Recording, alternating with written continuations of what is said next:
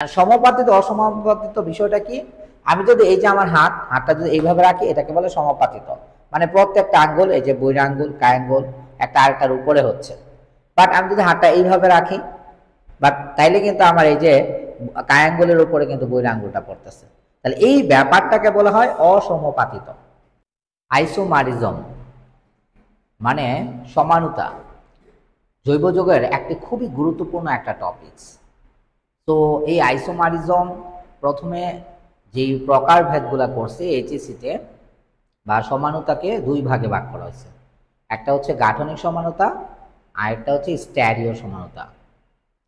গাঠনিক সমানুতা হচ্ছে 5 প্রকার আর স্ট্যারিও সমানুতা হচ্ছে গিয়ে 2 প্রকার। একটা হচ্ছে জ্যামিতিক সমানুতা আর একটা হচ্ছে গিয়ে আলোক সক্রিয় সমানুতা বা ইংরেজিতে বলা হয় অপটিক্যাল আইসোমারিজম। তো আমরা এই অপটিক্যাল আইসোমারিজমটা ব্যাপারটা একটু বেসিক জিনিসটা একটু বোঝার চেষ্টা করি। আলোক সক্রিয় সমানুতা হওয়ার জন্য 2-3টা শর্ত আছে, 4টাও শর্ত আছে। এর মধ্যে সবচেয়ে গুরুত্বপূর্ণ যে শর্তটা সেটা হচ্ছে কাইরাল কার্বন হইতে হবে। আমরা জানি জৈব যৌগ মানেই হচ্ছে কার্বন। তো এখানে কাইরাল কার্বন বিষয়টাকে আমরা একটু বোঝানোর চেষ্টা করি। তো এখানে আমরা দেখতে পাচ্ছি যে এই যে এখানে কার্বন, এই কার্বনের আমরা জানি কার্বন যখন এক্সাইডের অবস্থা হয় তখন কার্বনের হাত হয় 4টা। তাহলে এখানে এই হচ্ছে একটা হাত, এই একটা হাত, এই একটা হাত, এই হাত, এই হাতে একটা OH আছে, এই হাতে একটা হাইড্রোজেন আছে, এই একটা হাতে COOH আছে, আর এখানে দেখতেছে একটা মিথাইল মূলক আছে। সো এই যে যেই কার্বনের 4 হাতে 4 জিনিস আছে তাকে বলা হয় কাইরাল কার্বন। তো এইটা একটা কন্ডিশন। এখন এই যে এই যৌগটাকে বলা হয় ডি ল্যাকটিক অ্যাসিড। এখন ডি কেন, মানে এটা মানে একটু ফাইজলামি টাইপের কথাবার্তা বলে যে যদি ওয়েস্টটা ডান পাশে থাকে তাহলে বলা হয় ডি ল্যাকটিক, আর ওয়েস্টটা যদি বাম পাশে থাকে এটাকে বলা হয় এল ল্যাকটিক। এল মানে লেফট, লেফটের বাম, ওকে, আর ডিতে ডান। যদিও আমাদের ব্যাপারটা এরকম না, একটা রুলস আছে, এটাকে বলে CRN রুলস অথবা করন রুলস।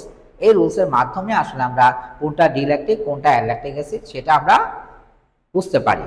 তো আমরা পরবর্তীতে কোনো একদিন করন রুলসটা নিয়ে কথা বলবো।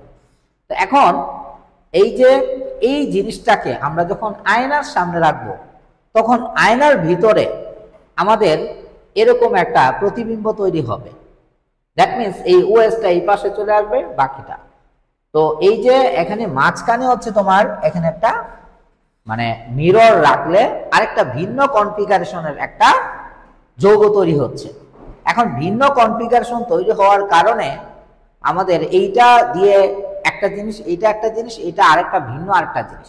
সমানুতার বৈশিষ্ট্যই কিন্তু এটা যে তাদের আণবিক সংকেত একই, গাঠনিক সংকেত ভিন্নতার কারণে তাদের ভৌত এবং রাসায়নিক ধর্মের মধ্যে ভিন্নতা দেখা যায়। তো এখানে আণবিক সংকেত কিন্তু দুইটার একই এবং গাঠনিক সংকেতও একই, কিন্তু তাদের ভৌত এবং রাসায়নিক ধর্মের মধ্যে ভিন্নতা পাওয়া গেছে ভিন্ন কনফিগারেশনের কারণে।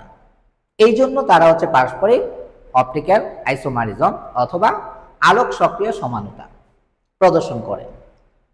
যদিও আমাদের একটা এক্সপেরিমেন্ট আছে, এই এক্সপেরিমেন্টের মাধ্যমে আসলে বুঝতে হয়, কারণ আমরা তো খালি চোখে আর দেখতে পাবো না যে কার্বনের 4 হাতে 4 জিনিস। তার জন্য আমাদের এক্সপেরিমেন্ট করতে হবে। সেই এক্সপেরিমেন্ট করতে গিয়ে কিন্তু আমরা দেখব যে আসলে এইটা যে আলোক সক্রিয় সমানুতা প্রদর্শন করে সেই বিষয়টা আমরা ভালো করে তখন আমরা বুঝতে পারবো। তো আমরা একটা শর্ত বলছি আলোক সক্রিয় সমানুতা হওয়ার জন্য, সেটা হচ্ছে কাইরাল কার্বন থাকতে হবে, ওকে। আচ্ছা, আরেকটা শর্ত হচ্ছে দর্পণ প্রতিবিম্ব হবে। তো আমরা এখানে দেখতে পাচ্ছি যদি এই যৌগটাকে আয়না এখানে একটা মিরর রাখা হয় তাহলে একটা ভিন্ন কনফিগারেশনের বা ভিন্ন এই ওয়েস্টার অবস্থান চেঞ্জ হয়ে যাবে, ঠিক আছে। আচ্ছা, আর 3 নম্বর আরেকটা শর্ত হচ্ছে মানে অসমপাতিত হবে, সমপাতিত না। আর সমপাতিত অসমপাতিত বিষয়টা কি? আমি যদি এই যে আমার হাতটা যদি এইভাবে রাখি এটাকে বলে সমাপাতিত, মানে প্রত্যেকটা আঙ্গুল, এই যে বৈর আঙ্গুল কায়াঙ্গুল একটা আরেকটার উপরে হচ্ছে। বাট আমি যদি হাতটা এইভাবে রাখি, বাট তাইলে কিন্তু আমার এই যে কায়াঙ্গুলের উপরে কিন্তু বৈর আঙ্গুলটা পড়তেছে। তাহলে এই ব্যাপারটাকে বলা হয় অসমপাতিত। তাহলে দেখেন আমি যদি এই যৌগটাকে ধইরা একদম উপরে নিয়ে আসি এটা, তাহলে ওএসটা কিন্তু এটার উপরে গিয়ে পড়বে আর এসটা এটার উপরে গিয়ে পড়বে। দ্যাট মিনস এখানে কিন্তু আলটিমেট মানে সমপাতিত হচ্ছে না। সমপাতিতটা কি আবার বলি, এই যে এটা হচ্ছে সমপাতিত আর অসমপাতিত হচ্ছে এই বিষয়টা। ওকে, আর মনে হয় ক্লিয়ার। তাহলে এই তিনটা শর্ত যদি কেউ মনে রাখো, যারা এইচএসসিতে পড়াশোনা করছো, ডেফিনেটলি এই তিনটা শর্ত লিখে দিলেও তোমার 2 মার্কের যে পরীক্ষায় আসে 2 মার্কের অ্যান্সার তুমি অ্যান্সার করতে পারবা। এখন চলো আমরা একটু আরো কিছু এক্সাম্পল দেখি।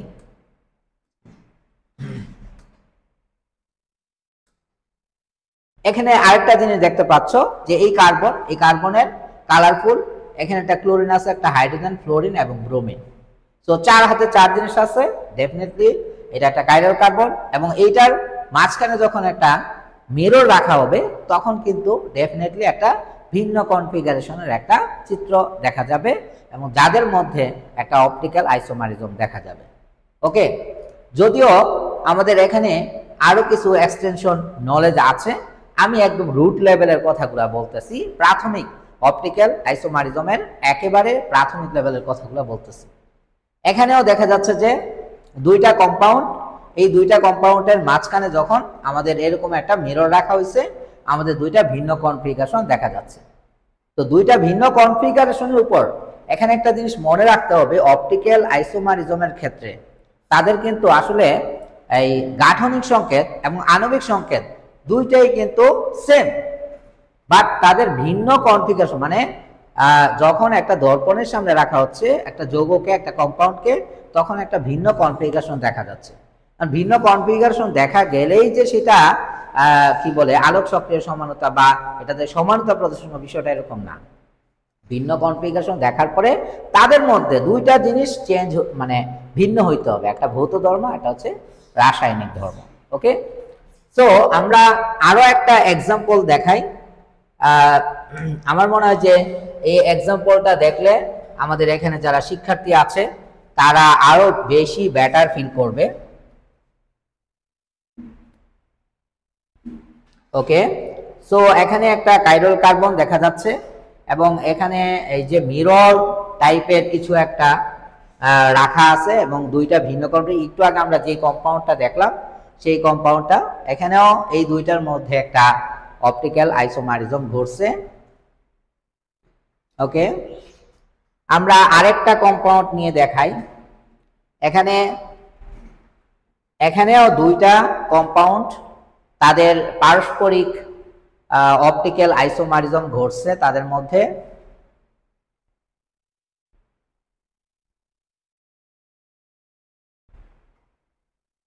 দুইটা কম্পাউন্ড অ্যালানিন, এইটাও অ্যালানিন, এইটাও অ্যালানিন। একটা হচ্ছে ডি অ্যালানিন আর একটা হচ্ছে এল অ্যালানিন। আমরা একটু আগে বলছি যে ডি ল্যাকটিক অ্যাসিড ও এল ল্যাকটিক অ্যাসিডের মতোই।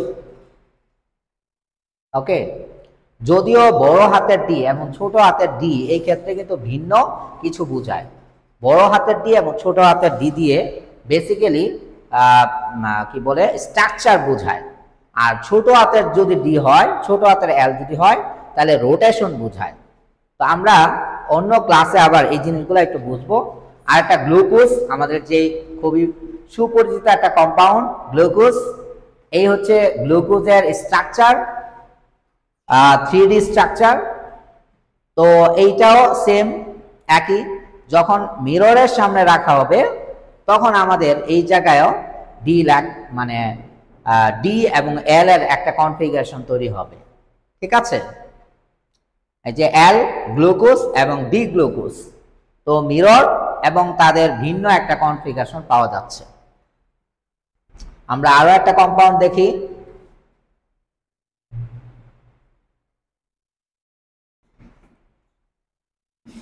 থ্যালিডোমাইট।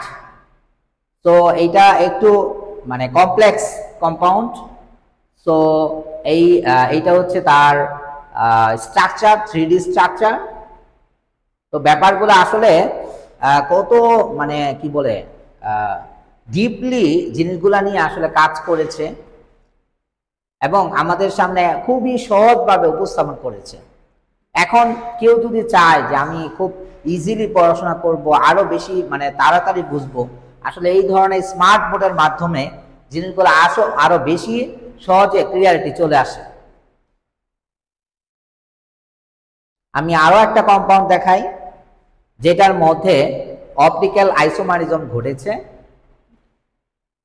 অপটিক্যাল আইসোমারিজম, আলোক সক্রিয় সমানুতা, আমরা তিনটা কন্ডিশন বলেছি। একটা হচ্ছে কাইরাল কার্বন থাকবে, আরেকটা হচ্ছে গিয়ে দর্পণ প্রতিবিম্ব হবে, এবং 3 নম্বরে হচ্ছে গিয়ে অসমপাতিত হবে। দুইটা কম্পাউন্ড অসমপাতিত হবে।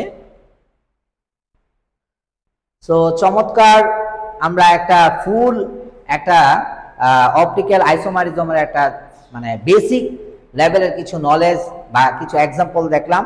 এছাড়া এই অপটিক্যাল আইসোমারিজম বা আলোক সক্রিয় সমানুতার মধ্যে কিছু বেসিক ডেফিনেশন আছে, যেমন এনানসিওমার, রেসিমিক মিশ্রণ, মেসো কম্পাউন্ড। এছাড়াও আরো কিছু ডেফিনেশন আছে, সেই ডেফিনেশনগুলা আমাদেরকে মোটামুটি ভালো করে পড়লেই আশা করি যে, তো ইন্টারমিডিয়েট লেভেলে আমার মনে হয় যে আমি যতটুকু কথা বলছি অতটুকুর ভিতরে থাকলে একজন শিক্ষার্থী বাকি যেই কিছু নলেজ আছে সেই জিনিসগুলো সে ক্যাপচার করতে পারবে। ধন্যবাদ। আসসালামু আলাইকুম।